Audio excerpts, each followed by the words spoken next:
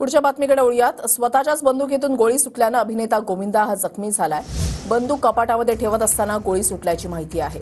अभिनेता गोविंदावर अंधेरीमधल्या खासगी रुग्णालयामध्ये उपचार सुरू आहेत। पोलिसांकडून अभिनेता गोविंदाची बंदूक ही जप्त करण्यात आली आहे आणि चौकशीही सुरू आहे।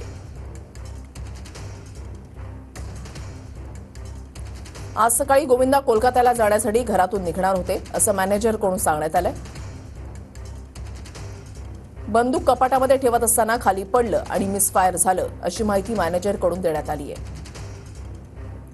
गोविंदाच्या डाव्या पायाला गोळी लागली आहे। डाव्या पायाच्या गुडघ्याखाली गोळी लागलेली आहे। गोविंदा यांच्यावर रुग्णालयामध्ये उपचार सुरू असून आता त्यांची प्रकृती ठीक आहे अशी माहिती मिळतेय। घटना घडली तेव्हा गोविंदांसोबत त्यांचा नोकरही घरामध्ये होता। स्वतःच्याच बंदुकीमधून गोळी सुटल्यानं अभिनेता गोविंदा हा जखमी झालेला आहे। बंदूक कपाटामध्ये ठेवत असताना गोळी सुटल्याची माहिती मिळतेय। आज पहाटे 5च्या दरम्यान हा प्रकार घडलेला आहे।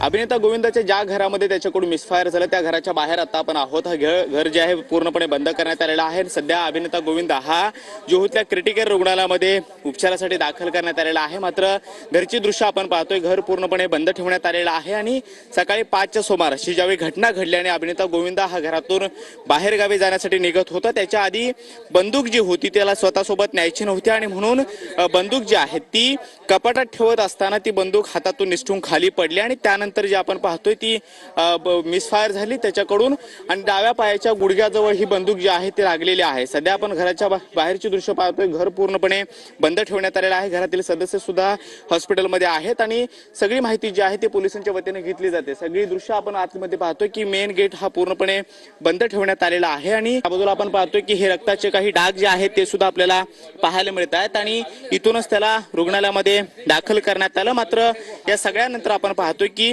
पोलीस सुद्धा सगळ्या घटनेची प्राथमिक चौकशी जी आहे ते करत आहेत। सिद्धेश नाईक सोबत कृष्णा सोनारोडकर, TV9 मराठी।